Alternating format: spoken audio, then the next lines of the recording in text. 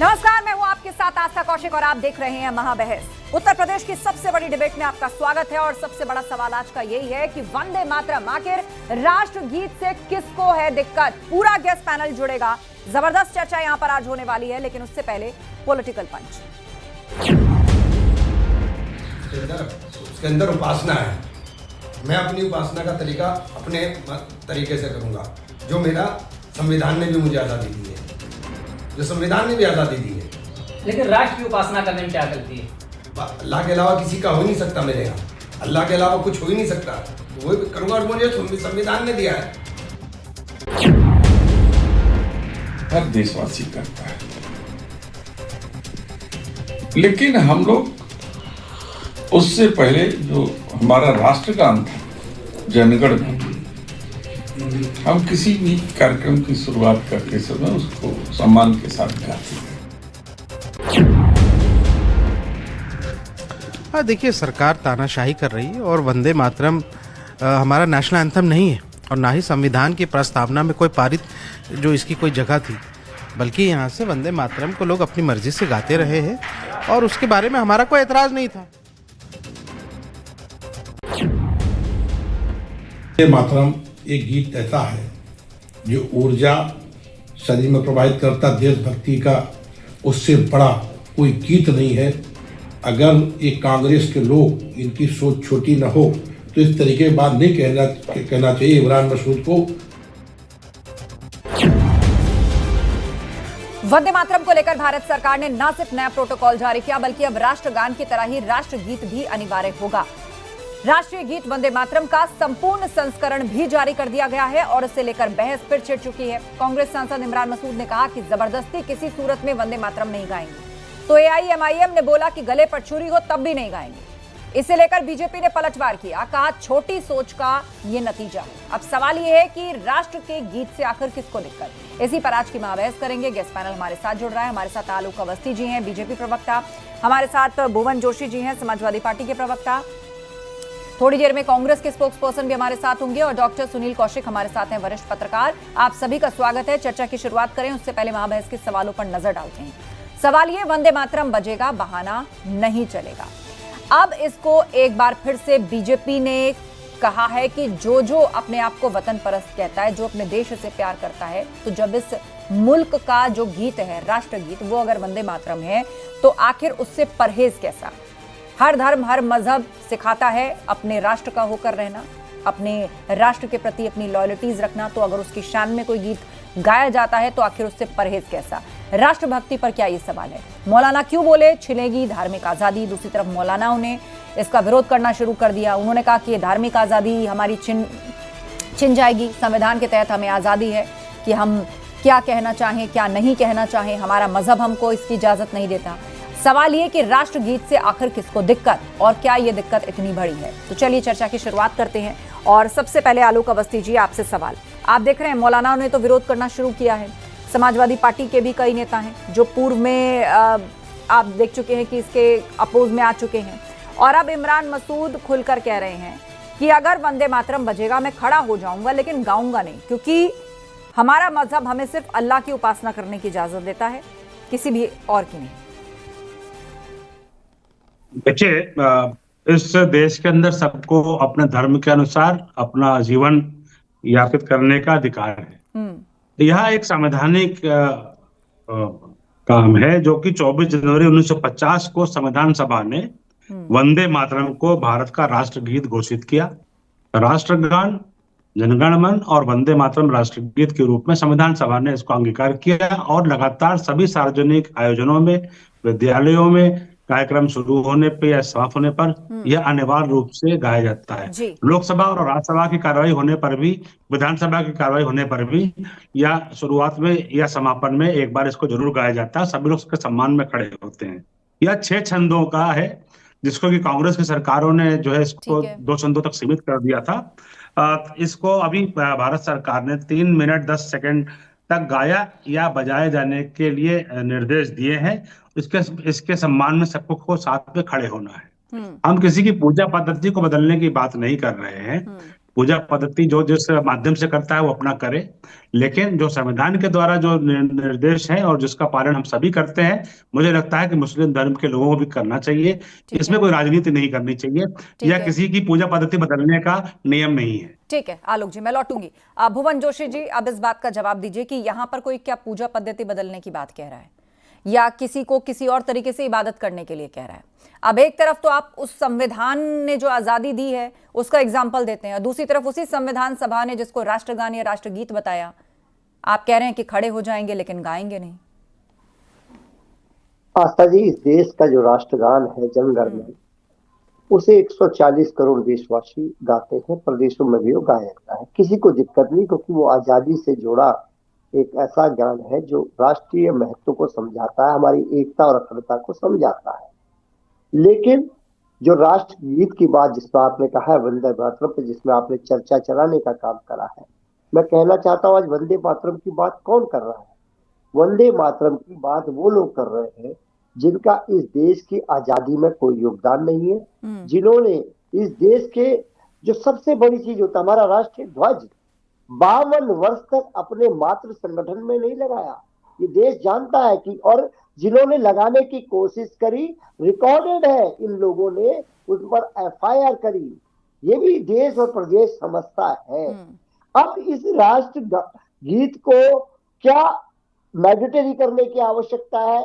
इस देश और प्रदेश समझता है, इसके पीछे इनका उद्देश्य केवल यह है कि धार्मिक भावनाओं को माफ कीजिए, और जो धर्म इस तरह की गान नहीं गा सकते उनमें और उन लोगों में एक भेदभाव करा जाए। और समाजवादी पार्टी की हैसियत से आस्था जी मैं कह सकता हूं, हम लोग इस राष्ट्र जो हमारा गीत है, राष्ट्रगान जो हमारा है, जो जन गण मन है, इसको समूचे हमारे कार्यक्रमों में, संगठनों के कार्यक्रम में हम लोग विधिवत रूप से गाते हैं, और हिंदू हो, मुसलमान हो, सिख ईसाई हो, अपने देश के प्रति आदर सुमन अर्पित करते हुए खड़े हो जाते हैं और सब सम्मान करते हैं। आप भी आस्था जी अपने सार्वजनिक जीवन में जहां जनगण मन होता है वहां पर रुक जाती है, जो भी कार्रवाई आप कर रही हो तो उसमें रोक लेती है और स्वतः आप खड़ी हो जाती है। ऐसा पूरे देश का जनमानस है, लेकिन देश समझता है कि इनकी इसके पीछे क्या योजना है। इनकी योजना केवल अपने नफरती एजेंडे को बढ़ाने। ठीक है, कांग्रेस के प्रवक्ता हमारे साथ बस जुड़ेंगे, उनसे हम जवाब लेंगे, लेकिन उससे पहले आलोक जी कुछ कहना चाहते हैं। जी आलोक जी। आस्था जी, समाजवादी पार्टी के प्रवक्ता को सुन रहा हूँ, प्रोफेसर साहब हैं, वो स्वयं उनकी पार्टी के जो संरक्षक थे मुलायम सिंह यादव जी केंद्र सरकार में रक्षा मंत्री रहे और प्रदेश के मुख्यमंत्री रहे। राष्ट्रगान और राष्ट्रगीत दोनों के सम्मान में वो खड़े होते थे और गाते थे। आज अखिलेश यादव जी की क्या मजबूरी है कि उनके प्रवक्ता राष्ट्रगीत को अंगीकार करने से असमर्थ बता रहे हैं और राष्ट्रगान की महिमा बता रहे हैं। राष्ट्रगान अपनी जगह पे है, लेकिन राष्ट्रीय गीत पर तो मुलायम सिंह यादव जी भी लगातार गाते भी थे और खड़े भी होते थे और सरकारी पदों पर रहते हुए उसके हिस्सा बनते थे। और जहां तक की बात है कि बंकिम चंद्र चट्टोपाध्याय जी ने 1870 में इसको लिखा था, 1896 में रविन्द्रनाथ ठाकुर जी ने सार्वजनिक रूप से इसको गाया, बाद में कांग्रेस ने इसको अंगीकार किया। क्या कारण है, क्या मजबूरी है हमारे मान्यवर समाजवादी पार्टी के प्रवक्ता की वो राष्ट्रीय गीत के विषय में कुछ भी नहीं बोल रहे? ठीक है, मैं लौटूंगी। हमारे साथ डॉक्टर सुनील कौशिक जी, वरिष्ठ पत्रकार। सुनील जी, क्या पश्चिम बंगाल में चुनाव है इसलिए इस मुद्दे पर इस तरह की बहसें और तमाम तरह के सियासी बयान दिए जा रहे हैं? एक तरफ कहा जा रहा है कि राष्ट्रगान ही काफी है, आप क्यों कंपल्शन डाल रहे हैं राष्ट्रगीत का? उसका सम्मान है लेकिन कंपल्शन क्यों डाल रहे हैं? और एक तरफ एक पार्टी है वो कह रही खड़े हो जाएंगे लेकिन गाएंगे नहीं, आप हमें फोर्स नहीं कर सकते। कुल मिलाकर केंद्र में है राष्ट्रगीत, दोनों तरफ से सियासी बयान है और वोट बैंक को है संदेश पहुंचाने की कोशिश। पश्चिम बंगाल का चुनाव निकट ना पड़ेगा कि जो आधिकारिक रूप से मान्य है, जो पहले दो अंतरे हैं जिसमें भारत भूमि का प्राकृतिक और सांस्कृतिक सौंदर्य वर्णित है, उस पर किसी को आपत्ति नहीं है। आपत्ति बाद के अंतरे जो तीसरे से आगे है उस पर आपत्ति है। तो पहले तो मैं ये कहूंगा कि क्या राष्ट्रीय गीत की धारणा या राष्ट्रीय गीत दूसरा नहीं हो सकता था क्या? एक ऐसा ही राष्ट्रीय गीत कांग्रेस ने क्यों चुना कि आधा अधूरा उसको चुनना पड़ा? ये भविष्य के लिए आपने एक ऐसी लाइन खींच दी कि बाद में जाकर के दिक्कतें पैदा होंगी। आपने आज पहले दो अंतरे को आधिकारिक रूप से मान्यता दे दी और बाद के जो अंतरे हैं उनमें आपने मान्यता नहीं दी। मुझे लगता है कि दूसरा भी राष्ट्रीय गीत हो सकता था, लेकिन इसी राष्ट्रीय गीत को यदि मान्यता देनी थी तो पूरे राष्ट्रीय गीत को मान्यता देनी थी, आधे अधूरे को क्यों देनी थी। और बाद के अंतरे में आप देखेंगे कि ये देवी स्वरूप में चित्रित किया गया है कि तुम दुर्गा हो, तुम लक्ष्मी हो, तुम सरस्वती हो, और यहां भारत को सीधे हिंदू देवताओं के रूप में प्रस्तुत किया गया है, जो तीसरे संदेश से जो आता है। तो यह है भाग अधिक आध्यात्मिक और शक्ति उपासना का प्रतीक बताने के साथ साथ यदि हम कहेंगे तो, परंतु विविध धार्मिक समाज में इसको लेकर के मतभेद क्यों पैदा हो गए, इसलिए मतभेद पैदा हो गए पहले छंदों में और दूसरे छंद में नहीं है, लेकिन तीसरे छंद के जो आगे हैं जहां सरकार पूरे को लागू करना चाह रही है उसमें स्पष्ट है ना, स्वयं दुर्गा 10 प्रहण धारणी, मतलब तुम ही दुर्गा हो, कमला कमल दल बिहारणी तुम ही लक्ष्मी हो, बाड़ी विद्यादायिनी तुम ही सरस्वती हो।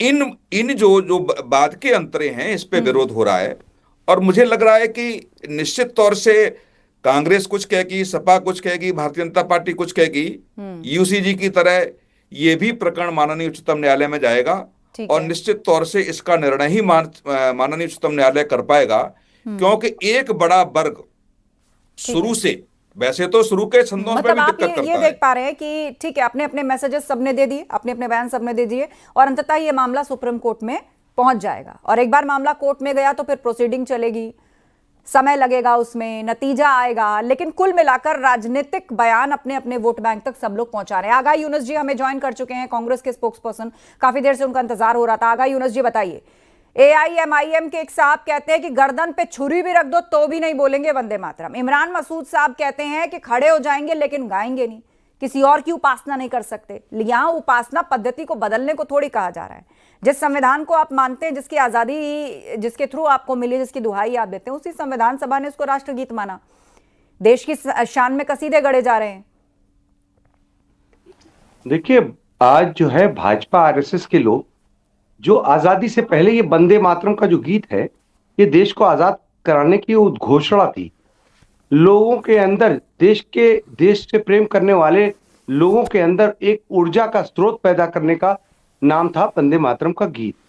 तो जिस वंदे मातरम के गीत को भाजपा आरएसएस के वालों ने या उनकी पीढ़ियों के लोगों ने या जिस कोख से वो लोग निकल के आते हैं उन लोगों ने उस समय नहीं गाया, तो इनका वंदे मातरम से लेना देना क्या है? वंदे मातरम जो गीत जिस पर्पस के लिए बना, उस पर्पस में ये लोग शामिल ही नहीं हुए। देश की आजादी में नाखून तक इन लोगों ने शहीद नहीं कराया। देश की आजादी के खिलाफ ये लोग खड़े रहे, अंग्रेजों के साथ मिलजुल करके काम करते थे। ये कहीं न कहीं माफीवीर संगठन के लोग थे। नहीं, अगर आपने देखा का निर्माण तब नहीं हुआ था, तो आप ये कहना चाहते हैं कि किसी के पूर्वज जो थे वो आजादी के संग्राम में शामिल ही नहीं थे। हमारी जो पहले की पीढ़ियां हैं या और ऊपर की पीढ़ियां हैं, वो किसी न किसी रूप में शामिल ही नहीं थी। इस देश की आजादी के लिए, इस देश की आजादी के लिए अपना खून, अपना पसीना, जिससे जो बन पड़ा, जिस तरीके से बन पड़ा, चाहे वो महिलाएं हो, बच्चे हो, सबने किया। अपने से ऊपर की सारी पीढ़ियों के लिए बात है, चाहे वो आप हिंदू महासभा और जनसंघ के लोगों को छोड़कर, देखिए, हिंदू महासभा और जनसंघ के लोगों को छोड़कर पूरे देशवासियों ने इस देश के लिए जंग लड़ी, आजादी के लिए शहादत दिया। इनका नाखून भी नहीं शहादत में है।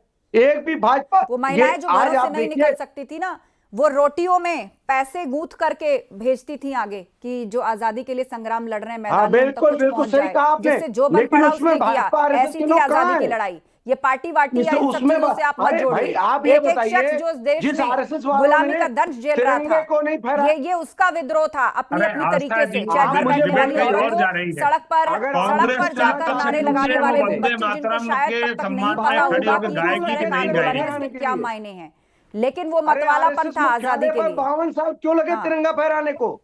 पार्टियां बनेंगी आगे और भी बनती रहेंगी। 52 साल क्यों लगे तिरंगा फहराने को? हम सबके पूर्वज शामिल थे आजादी की लड़ाई में अपने अपने तरीके से। अरे भाई, ठीक है, आलोक अवस्थी जी। देखिए, आस्था जी, कांग्रेस के प्रवक्ता कांग्रेस के प्रवक्ता आजादी में योगदान की बात कर रहे हैं। अरे हमारी पार्टी भैया आजादी के बाद बनी हुई, तो हम कहां से स्वतंत्रता आंदोलन में चले जाएंगे? और जो उस समय की कांग्रेस थी, अब वो कांग्रेस नहीं रही है। आजादी की कांग्रेस लड़ाई के में पार्टी 6 पॉलिटिक्स से नहीं अधिक थी। भाग, कांग्रेस के 6 से ये अधिक देश हिस्से में हो चुके हर हैं। शख्स का सोनिया राहुल की संग्राम, हर कांग्रेस है। शख्स का विद्रोह था जो गुलामी का दंश इटली झेल से रहा था। आने वाली सोनिया के कांग्रेस से इसमें चल रही है। आजादी अच्छा, तो वाली ये तो कांग्रेस बता अलग दो थी, कि जो महात्मा आरएसएस के गांधी की लोगों ने कांग्रेस 52 थी, साल तक और उसके तिरंगा क्यों अध्यक्ष भी नहीं जो है फहराया? अंग्रेज हुआ क्या करते थे। इसलिए वो मन बात में ना कुछ करे। और रखते ना हो और आपके दिल में परिवार कुछ का और कोई रखते आदमी हो। आजादी की लड़ाई लड़ा है, और ना सोनिया और राहुल की सोनिया के घर वाले आके लड़े हैं, और ना ही कांग्रेस भुवन जोशी पार्टी की कोई तो परिवार आंदोलन का का नाम आजादी है। की लड़ाई लड़ा है, जो बार बार अरे आजादी की लड़ाई की आप बात चुप करते रहो। हैं। हम आप आजादी की लोग लड़ाई के अंग्रेजों बाद के के ऊपर वो रहे है। बात हो। सुनिए, आप मुझे अंग्रेजों बताइए, के लिए वंदे दलाली करने मातरम वाले लोग हो कांग्रेस आप। के हर अधिवेशन में गाया जाता था। आप लोग आज अंग्रेजों के कांग्रेस का क्या दलाल स्टैंड है रहे हो। वंदे और मातरम के आज बारे में? भी वंदे टू मातरम के नेशन बारे में जो आप बोलिए लोगों ने आप। पहले किया, वंदे मातरम से सबसे पीछे की वोट पहले नहीं है हिंदू विषय कांग्रेस को में, मत ये जानना भटकाइए। चाहता हूँ। जिस विषय पर क्या डिबेट है उस कांग्रेस पर ने बोलिए वंदे आगा यूनुस मातरम जी। के खिलाफ जाने सबसे का ये पहले सोच लिया है क्या? वंदे मातरम पर क्यों चुप है? इसका आप जवाब इधर दीजिए उधर आप की बात पहले। कर रहे हैं, आजादी की लड़ाई की बात कर रहे हैं। इनका इसमें कोई देश शक है का क्या आप आजादी वंदे की मातरम लड़ाई को में? सब्जेक्ट पर लाइए, ये लोग आस्था जी तो पूछ रहे हैं वंदे राष्ट्रवादी मातरम है। कांग्रेस का क्या स्टैंड है, और ठीक ये है, जो प्रवक्ता है एक ये सेकंड गाएंगे भुवन वंदे जोशी मातरम जी के हमारे रुक जाइए, आगा साथ यूनुस जी रुक जाइए। हाँ भुवन जोशी जी, आपका क्या, आपका देश के लिए क्या एक योगदान सेकंड है? आगा यूनुस जी, आपको अरे फिर तुम्हारा दोबारा क्या बोलने का देश मौका के लिए मिलेगा। योगदान है? फिलहाल विषय को आप मत सुनो भटकाइए, राष्ट्रवादी उलझाइए है। मत मैं डिबेट तो नहीं लड़ा, को, उलझाइए मत। आलोक जी हमारे शांत बाबा रहिए, दादा आगा लड़े यूनुस जी, देश के आगा लिए। यूनुस जी शांत होइए, शांत होइए, मैं फिर लौटूंगी, फिर बोलने का गाइए मौका आगे मिलेगा। यूनुस जी वंदे मातरम भुवन कांग्रेस जोशी के जी। प्रवक्ता है आप, तो गाइए वंदे मातरम जो अभी यहीं पे। जो हमारी पहली वंदे पार्टी मातरम का गीत कांग्रेस के हर पंडल पर गाया जाता है। हाँ तो आप गाइए क्या अभी, जानो? आप गाइए, मैं मान आपने जाऊंगा तो कि आप वंदे मातरम गा रहे हैं। आपने तो गाइए, तिरंगा, सुनो आप देखो, सुनो अरे वंदे मातरम आपने तो गाइए ना अभी यहीं पे तिरंगे गा के खूब सुनाइए। सारे आप फंस जाएंगे आगा यूनुस जी, शांत रहिए, इसीलिए मैं कह रही हूँ ना, शांत रहिए आप फिलहाल। आप कितने बड़े देश के वो कांग्रेस के हैं। हर पटल पर। अरे आप कांग्रेस के क्या जानो वंदे प्रवक्ता, अभी मातरम क्या गाइए गीत अभी। होता? अरे वंदे तब क्यों नहीं मातरम गाया आपको तुमने? आता है कि एक नहीं आता सेकंड, है? पीसीआर आजादी नहीं, की लड़ाई हो इस रही मोड थी। पर समय खराब नहीं करना है। मैं जिसका नाम लूंगी 20 सेकंड उसके बाद। भुवन जोशी जी बोलिए। कि अभी हमारे एक साथी पैनलिस्ट ने बिल्कुल स्पष्ट कहा कि जो शुरुआत की जो लाइन थी, जो संवैधानिक जो लाइन थी, उस पर किसी को देश को दिक्कत नहीं है। सुनील कौशिक जी देश के वरिष्ठ पत्रकार, उन्होंने बात स्पष्ट कहा। लेकिन जो धार्मिक भावनाएं आहत करने की बात करने वाला या धार्मिक मान्यताओं की बात है, उस लाइन में दिक्कत है, जो कि स्वरूप में भी नहीं था। लेकिन आज भारतीय जनता पार्टी उसको लाने का काम कर रही है, और जो कांग्रेस के साथी ने भी कहा था उस बात को भी कहने की जरूरत है। ये प्रोडक्ट किसके है, ये देश जानना चाहता है। ये कहां से निकले हुए लोग हैं? क्या ये हिंदू महासभा से निकले हुए लोग नहीं है? क्या ये जनसंघ इनका प्रारंभिक स्टेज था, ये नहीं पता है? भारतीय जनता पार्टी हिंदू महासभा से नहीं निकली है, ये बात मत बताइए भुवन जोशी जी। भारतीय जनता पार्टी जनसंघ से निकली है, और जनसंघ का विलय जो है जब जनता पार्टी सरकार बनी थी तब हो गया था, और 1980 में भारतीय जनता पार्टी बनी है। हम लोग कहना कि वो आजादी में हिस्सा नहीं लिया, आजादी में हिस्सा लेने वाली कांग्रेस भी आज वो कांग्रेस नहीं रही है। कांग्रेस के 6 टुकड़े हो चुके हैं, 6 हिस्से हो चुके हैं। आजादी दिलाई क्या भारतीय जनता पार्टी तय करेगी? जो आंदोलन में जो देश की आजादी के आंदोलन में सावरकर ने पार्टी के तय करेगी क्या? आगा यूनुस जी शांत रहिए आप। आप लोग तो माफी वीर थे, शांत आप रहेंगे, तो वंदे मातरम पर आप कुछ बोल नहीं रहे हैं। माफी वीर और गोडसे के विचारधारा को चलने वाले लोग करेंगे कि कौन थे? आप कोई लोगों का गांधी तो जी की अंग्रेजों से माफी मांगने वाले विचारधारा पे चलने वाले लेकिन लोग आप गाइए वंदे मातरम अभी भुवन चंद्र जोशी कहना चाहते हैं समाजवादी पार्टी का स्टैंड क्या है, कांग्रेस का स्टैंड वंदे मातरम का स्पष्ट रूप से बताइए। क्या वंदे मातरम कांग्रेस लेके आई वंदे मातरम को, कांग्रेस और तुम्हारे क्या लेना देना? करना चाहिए। एक सेकंड। जिस चीज का जिक्र मैंने शो की शुरुआत में ही किया, चुनाव नजदीक आ रहे हैं, चुनाव है क्या, इसीलिए एक बार फिर से वंदे मातरम पर तनाव है। आगा यूनुस जी, देखिए स्टैंजा मध्य प्रदेश में कांग्रेस नहीं हटाए थे ना इसमें से, पूर्व में स्टैंजा जो हटाए थे वो कांग्रेस नहीं हटाए थे ना इसमें से। आगा यूनुस जी, अगर आप मुझे बोलने देना चाहते 10 सेकंड आप तो लगातार बोल रहे हैं, कहाँ रुक रहे हैं आप? जी आपने अगर सवाल किया तो जवाब दीजिए। जी आलोक जी उन्हें बोलने दीजिए। आलोक जी एक सेकंड आलोक जी, आलोक अवस्थी जी, मैं अलग से समय दूंगी आपको, अलग से समय दूंगी। शांत हो जाइए फिलहाल शांत। आगा यूनुस जी बोलिए। आज देश को वो गोरी चमड़ी वाला चला रहा है। एक उस सेकंड, गोरी क्या चमड़ी बोल रहे वाले हैं के आप? सामने क्या नाम शनाब बोल रहे हैं आप? एक सेकंड, क्या नाम शनाब बोल रहे हैं आप? इस तरह का रेशियल कमेंट मत करिए। आखिर बताओ कि रेशियल कमेंट मत करिए आप इस तरह। हमारे देश का उस गोरी चमड़ी भारत में इस चीज की इजाजत नहीं है। अरे जिस कांग्रेस को जब अमेरिका में डिबेट करे जाके तब करिएगा इस तरह का कमेंट। जहाँ बच्चे भी अलग अलग स्कूल में पढ़ते हैं, जहाँ ब्लैक और व्हाइट चलता है। अंदर नाम आने से देखिए सुनिए, कल को आप भारत के राष्ट्रपति का अपमान करेंगे। दूषित हो चुकी है कांग्रेस। अरे भारत का अपमान तो ये करा रहे हैं, दूषित हो गई है। देश के प्रधानमंत्री को ये कहा जाता है कि देश के प्रधानमंत्री को इसका मैं राजनीतिक कैरियर खत्म कर दूंगा।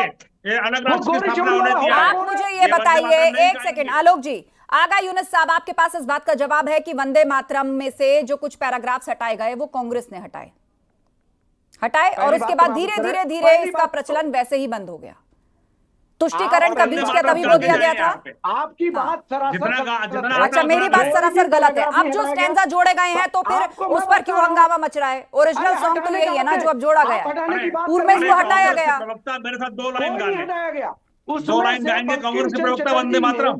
उन्होंने एक अंश को लिया कांग्रेस के प्रवक्ता से पूछ रहा हूँ, कांग्रेस के प्रवक्ता यहाँ पे वंदे मातरम गाएंगे क्या? नहीं हटाया गया है। आप वंदे मातरम गाएंगे क्या? एक बार गाने सुना दिए वंदे मातरम। कांग्रेस आलोक जी शांत रहिए। वो पहली बार इस डिबेट में कुछ फैक्ट कोट कर रहे हैं। बोलिए, आप बंकिम चंद्र चट्टोपाध्याय से आपका नाम ले रहे थे, बोलिए आगे। देखिए पहली बात तो ये बंकिम चंद्र चटर्जी जी ने ये वंदे मातरम गीत लिखा, ठीक है, एक बात। दूसरी बात, आपने ये कहा कि पैराग्राफ हटाया गया, ये बिल्कुल सरासर गलत है और ये झूठ है। कोई पैराग्राफ उसके अंदर से अभी तक स्कूलों में सिर्फ 2 ही पैराग्राफ पढ़ाए जाते रहे या सिखाए जाते रहे बच्चों को? उस गीत का सबसे ज्यादा ऊर्जा स्रोत पैदा करने वाला वो अंश ला करके बंकिम चटर्जी ने उस सामने रखा और जिसको देश के आजादी के लिए इस्तेमाल किया गया। सुनील कौशिक जी, चलिए अब फैक्ट्स कौन तोड़ मरोड़ रहा है, इतिहास क्या कहता है? एक सेकंड आलोक जी, सुनील कौशिक जी बोलिए। देखो, मैंने आज था पहले भी कहा कि राष्ट्रीय गीत कोई और भी हो सकता था, या तो राष्ट्रीय गीत उपाध्याय चट्टोपाध्याय जी वाला ही लिया गया, तो पूर्ण क्यों नहीं लिया गया? आधा अधूरा क्यों लिया? संविधान सभा का था, राइट? मैं वही कह रहा हूं। और आधा अधूरा क्यों लिया गया? इसके पीछे राजनीति क्या थी? उस समय भी नहीं पता था, कई जगह इनका विरोध हुआ, कांग्रेस के अधिवेशन में इसका विरोध हुआ।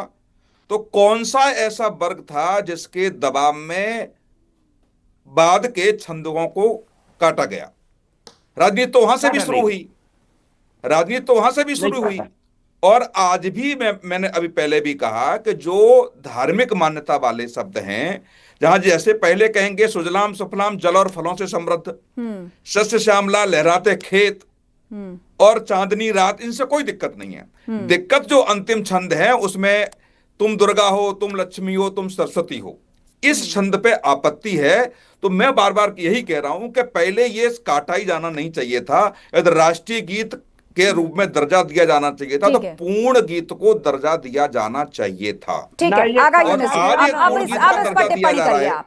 हाँ, अब टिप्पणी करिए, सारी पढ़ते इतिहास की आपके सामने इस वक्त इस गाने को लेकर। न काटा गया न हटाया गया।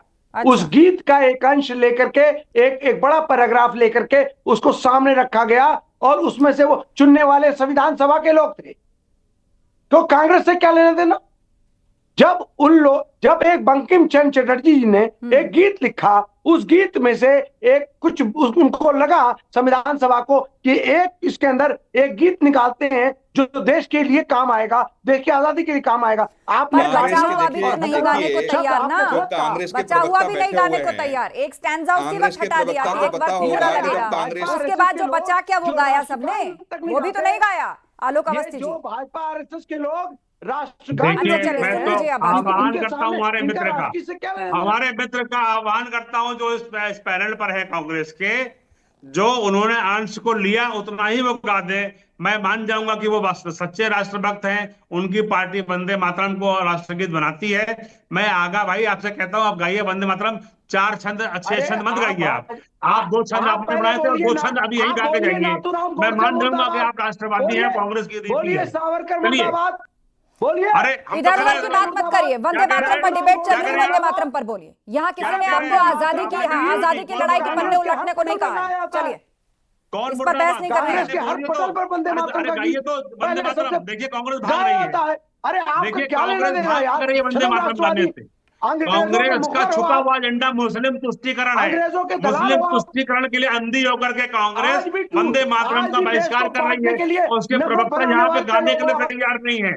मैं गाने के लिए तैयार हूँ, भुवन जोशी जी गा देंगे, मुझे विश्वास है। आपको- लेकिन कांग्रेस के प्रवक्ता आपने वंदे मातरम जब गाना नहीं वंदे मातरम का गीत चाहते। ये गाना मुसलमान जाना लोग था की तो तुष्टिकरण आपने की क्यों सबसे उसका बड़ी विरोध किया? जो जीत है, ये एक सेकंड। कांग्रेस क्यों नहीं और गाया? समाजवादी पार्टी, ये मुस्लिम अंग्रेजों तुष्टिकरण की में अंधी हो गई है। मुस्लिम अरे ये तुष्टिकरण बताओ, के कारण एक देश मिनट का का वक्त बंटवारा बचा है। किया है। ठेकेदारों- देश का धैर्य बंटवारा धैर्य पूर्वक इन्होंने आप दिया है अपनी कि बात मुस्लिम करें। तुष्टिकरण हो थोड़ा जाए। पेशेंस के तो साथ। एक राज करने के लिए कांग्रेस आलोक पार्टी जी ने देश आलोक का जी बंटवारा शांत और हो जाइए, शांत हो जाइए। किया। मेरा सवाल है, आज मेरा वंदे सवाल मातरम के प्रवक्ता है, मेरे गाना पास नहीं लास्ट चाहते। 1-1.5 मिनट ये का बड़े वक्त बचा शर्म है। की आगा बात यूनुस है। जी, सवाल सीधा सा ये है, पश्चिम बंगाल में चुनाव है, क्या इसलिए ये सारी कवायद हो रही है? इसलिए इस तरह के बयान दिए जा रहे हैं कि गले पे छुरी भी रख दो तो नहीं बोलेंगे, खड़े हो जाएंगे पर गाएंगे नहीं?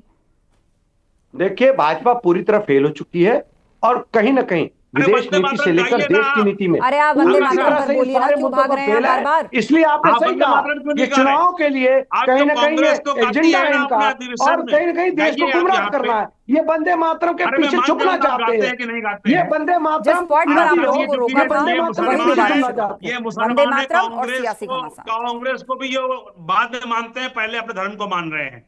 ये वंदे अरे मातरम का नफरत विरोध के कर रहे हैं, ये ठेकेदारों, कांग्रेसी ना होकर के अपने ये धर्म नफरत के और घृणा ऊपर आ के गए हैं। जरिए मेरा तुम स्पष्ट देश रूप से को आरोप है इनके बर्बाद ऊपर। कर रहे हो। हम इनकी उपासना देश के पद्धति को हानि- बदलने की चलिए, बात कौन नहीं कर रहे। नफरत फैला हम नहीं रहा कहते है, कि आप किसके अंदर देशभक्ति है, कहां पर चुनाव है और लोग क्या सोच रहे हैं आपकी बातें सुनकर, ये उन्हीं पर छोड़ देते हैं। फिलहाल शो खत्म करने का वक्त है। आप सभी का धन्यवाद इस चर्चा में शामिल होने के लिए। तो जिस तरीके से एआईएमआईएम और कांग्रेस नेता इमरान मसूद ने इसे लेकर बयान दिया है, उस पर बीजेपी ने पलटवार करते हुए कहा है कि बहुत ही छोटी सोच का नतीजा है। सवाल यह है कि राष्ट्र के गीत से आखिर किसको दिक्कत है। महाबहस में इतना ही। खबरें जारी हैं, बने रहिए हमारे साथ।